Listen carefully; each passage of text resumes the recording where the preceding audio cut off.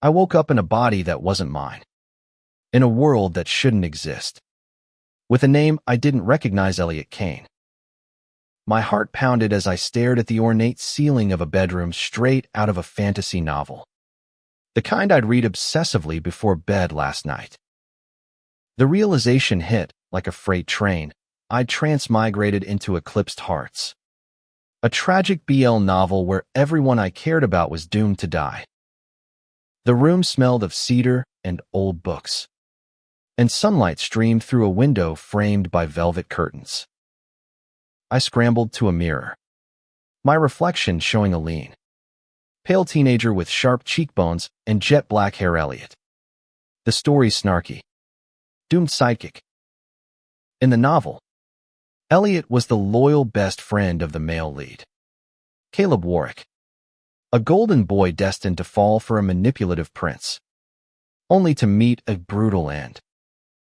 My job, apparently, was to stick by Caleb, watch his heart break, and then die protecting him in the final act.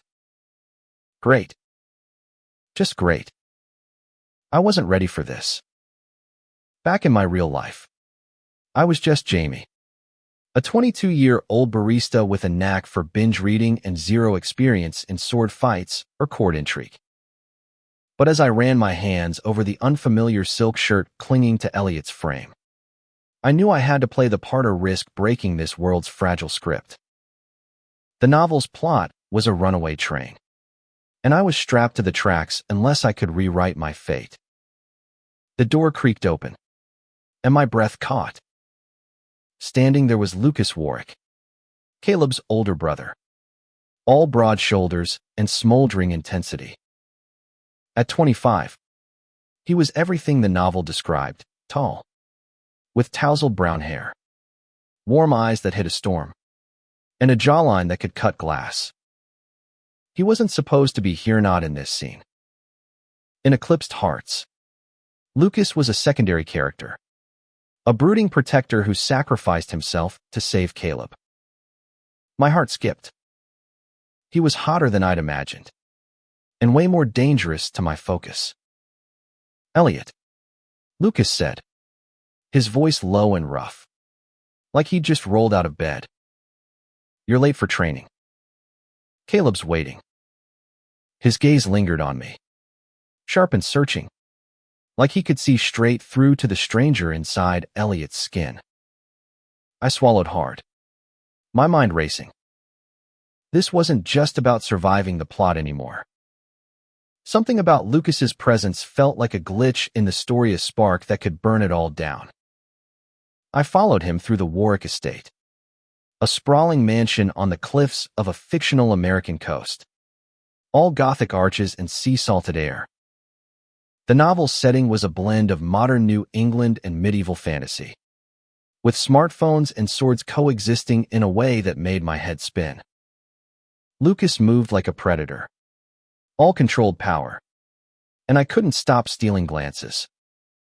The way his shirt stretched across his back, the way his hands flexed as he pushed open a heavy oak door, it was distracting. I was supposed to be plotting my survival, not crushing on a character who'd die in 300 pages. Training was brutal. Caleb, all golden hair and effortless charm, swung a practice sword with the grace of a destined hero. I, on the other hand, tripped over my own feet and barely blocked his strikes. Lucas watched from the sidelines, arms crossed, his expression unreadable. Focus, Elliot, he barked when I fumbled yet again. But how could I focus when every glance from him felt like a challenge? Like he knew I didn't belong here. As the session ended, Caleb clapped me on the shoulder, oblivious to my inner turmoil. You'll get the hang of it, he said, flashing a grin that screamed main character energy. I forced a smile, but my eyes drifted to Lucas, who was wiping sweat from his brow. Our gazes locked, and for a split second, the world narrowed to just Ushy's intensity, my racing pulse, and the unspoken question hanging in the air, what are you hiding? That night, I pored over Elliot's journal, a leather-bound book I found under the bed. The entries were cryptic, full of longing phrases like, he's untouchable, and I can't let him see. My stomach twisted. In the novel, Elliot had a secret crush on Caleb, one that fueled his loyalty but also his tragic end. But as I read, the words felt wrong, like they weren't about Caleb at all. The description's stormy eyes, quiet strength matched Lucas far better. Had Elliot been in love with the wrong Warwick brother? And if so, why wasn't it in the book? The next day, I decided to test the waters. At breakfast, I sat closer to Lucas than necessary, letting my knee brush his under the table. His fork froze midair, and his eyes flicked to mine, dark and unreadable. Careful, Elliot, he murmured, so low only I could hear. You're playing a dangerous game. My heart pounded. Was he warning me about the plot or something else entirely? As days turned into weeks, I threw myself into Elliot's role, training with Caleb, navigating the estate's political intrigues, and dodging the novel's early plot points. But Lucas was a constant distraction. He was everywhere correcting my sword stance, bandaging a cut on my hand with surprising gentleness, watching me when he thought I wasn't looking. Each moment with him felt like a deviation from the story, a thread pulling loose. I was supposed to be saving myself, not falling for a man whose death was written in ink. One evening, as a storm raged outside, I found Lucas in the library, a fire crackling in the hearth. He was reading, his brow furrowed, and the sight of him unguarded, made my chest ache. I stepped closer, my voice barely a whisper. Lucas, why do you push everyone away? He looked up, startled, and for the first time, I saw vulnerability in his eyes. Because it's easier, he said, his voice raw. When you care, you get hurt. I took a risk, closing the distance between us. What if I'm willing to get hurt? His breath hitched, and for a moment, I thought he'd kiss me. But then he pulled back, his walls slamming up. You don't know what you're asking, he said, and left me standing there, heart hammering, as the storm howled outside. The plot was closing in. Caleb's romance with the prince was heating up, and the novel's first major conflict of betrayal at a grand ball was looming. I knew Elliot's role, to uncover the traitor and warn Caleb, only to be framed and imprisoned. But every step toward that fate felt like a betrayal of the connection growing between me and Lucas. I wasn't just fighting to survive anymore. I was fighting for him, for us. The night of the ball arrived, a glittering spectacle in the Warwick Estate's grand hall. Chandeliers cast golden light over swirling dancers, their modern tuxedos and medieval capes blending in a surreal mix of eras. I stood at the edge, Elliot's tailored suit feeling like a costume on my borrowed body, my eyes scanning for the traitor. In eclipsed hearts, the prince's advisor, Lord Varen, would slip a forged letter into Caleb's pocket, framing Elliot for treason. My job was to stop it, but my heart was elsewhere, searching the crowd for Lucas. He found me first. You look like you're planning a heist, he said, appearing at my side with a glass of champagne. His smirk was disarming, but his eyes were sharp, like he sensed the storm brewing. I wanted to tell him everything about the novel, my real identity, the danger we were all in, but the words stuck in my throat. Instead, I grabbed his wrist, pulling him onto the dance floor. Dance with me, I said, reckless. Just for tonight. Lucas hesitated. Then let me lead. His hand was warm against mine, his other resting lightly on my waist. The music swelled, and for a moment, we were just two people, not characters bound by a tragic script. You're different, Elliot, he whispered as we moved. You've always been different. But lately, it's like you're someone else. My pulse raced. He was too close to the truth, and I didn't know how to lie to him anymore. The moment shattered when I spotted Varen weaving through the crowd, his hand slipping toward Caleb's jacket. I broke away from Lucas, ignoring his confused call, and darted after the advisor. In the novel, Elliot confronted Varen too late. But I wasn't Elionot entirely. I tackled Varen into a shadowed alcove, wrenching the letter from his grasp before he could plant it. You're done, I hissed, tearing the paper to shreds. Varen's eyes widened. But before he could react, guards seized us both. The hall erupted in chaos. Caleb's voice cut through the noise, demanding answers, while Lucas pushed through the crowd, his face a mask of fury and fear. I was dragged to the center, accused of assaulting a noble. The plot was twisting, but not in my favor. As the guards bound my wrists, Lucas stepped forward, his voice steady. Let him go. I'll vouch for him. The room went silent. In the novel, Lucas never intervened, not for Elliot. My heart pounded. Was I changing the story, or breaking it? They released me, but the damage was done. Whispers of treason followed me, and Caleb's trust wavered. That night, alone in my room, I felt the weight of the novel's inevitability. I was supposed to be imprisoned by now, but Lucas's intervention had bought me time.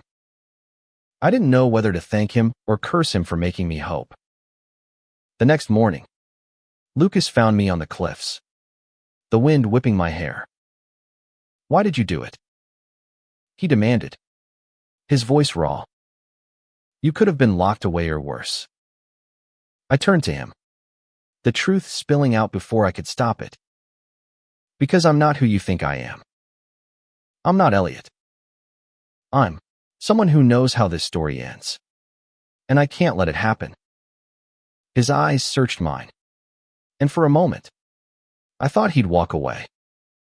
Instead, he grabbed my shoulders, pulling me close. Then tell me who you are, he said, his voice breaking. Because I'm falling for you, whoever you are. My breath caught. This wasn't in the novel. Lucas was supposed to love Caleb, not me.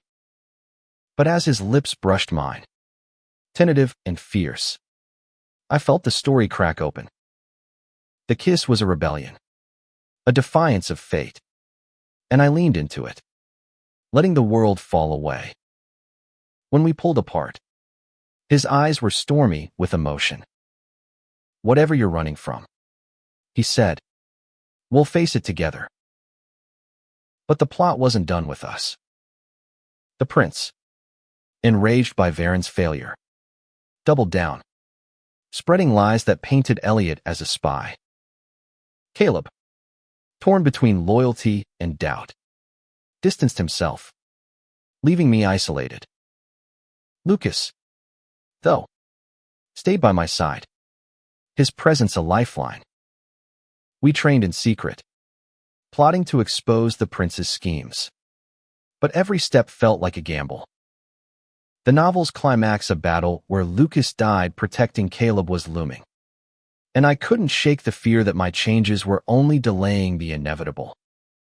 One night, as we hid in a safe house by the coast, Lucas opened up. I've always lived for Caleb, he said, staring at the fire. But with you, I want something for myself. His vulnerability broke me. I told him about Jamie, About the novel. About the tragic ending we were hurtling toward. He listened, his face unreadable, then pulled me into his arms. I don't care where you came from, he said. You're here now, and I'm not letting you go. His words were a promise, but the story's pull was stronger. The prince's forces were closing in, and Caleb's blind trust in his lover was setting the stage for disaster. I had to act not just for myself, but for Lucas, for the life we could have if I could rewrite the ending. The battle came too soon. A clash of steel and screams on the cliffs under a blood-red sky. The prince's army, backed by mercenaries, stormed the Warwick estate, aiming to crush Caleb and his allies. I fought alongside Lucas, my sword clumsy but fueled by desperation. In Eclipsed Hearts, this was where Elliot died, stabbed while shielding Caleb. Lucas's death followed, a heroic sacrifice that left me sobbing when I read it. I wasn't going to let that happen, not to him, not to us. The air was thick with smoke and salt, the ground slick with blood. Caleb, still blind to the prince's betrayal, fought recklessly, leaving himself open. I saw the moment the prince raised his blade, aiming for Caleb's back. My body moved before my mind caught up, tackling Caleb out of the way. Pain exploded in my side as the prince's sword grazed me, but I stayed upright, shouting, Caleb, he's using you. For the first time, doubt flickered in Caleb's eyes. Lucas was a whirlwind, cutting through enemies to reach me. Stay with me, Elliot, he yelled, his voice raw with fear. I nodded, gripping my sword, but the wound burned, slowing me down. The tide was turning, our allies were pushing back, but the prince was relentless. His eyes locked on Caleb. I knew the script. If Caleb died, the story ended in despair. But if Lucas died, I'd lose the one thing keeping me here. I made a choice. Ignoring the pain, I charged the prince, dodging his strikes with a clumsiness that somehow worked. Lucas was right behind me, his blade meeting the prince's in a clash that shook the air. Together, we brought him down, disarming him as Caleb watched, horrified. The truth hit him like a tidal wave, and he collapsed, tears streaming as he realized the prince's love was a lie. But the battle wasn't over. A mercenary lunged at Lucas, and I saw the novel's ending flash before my eyes. Lucas, bleeding out, his last words to Caleb. I threw myself in front of him, taking the blow meant for him. The pain was blinding, but Lucas's arms caught me, his face a mask of panic. No, no, no, he chanted, pressing his hand to my wound. You don't get to leave me. I smiled through the haze, my voice weak. Not planning to. The world blurred, but I clung to his voice, his warmth, refusing to let the story win. Our allies surged forward, driving the mercenaries back, and the battle ended in a haze of shouts and steel. When I woke, I was in a bed, bandaged and alive. Lucas sat beside me, his eyes red-rimmed but fierce.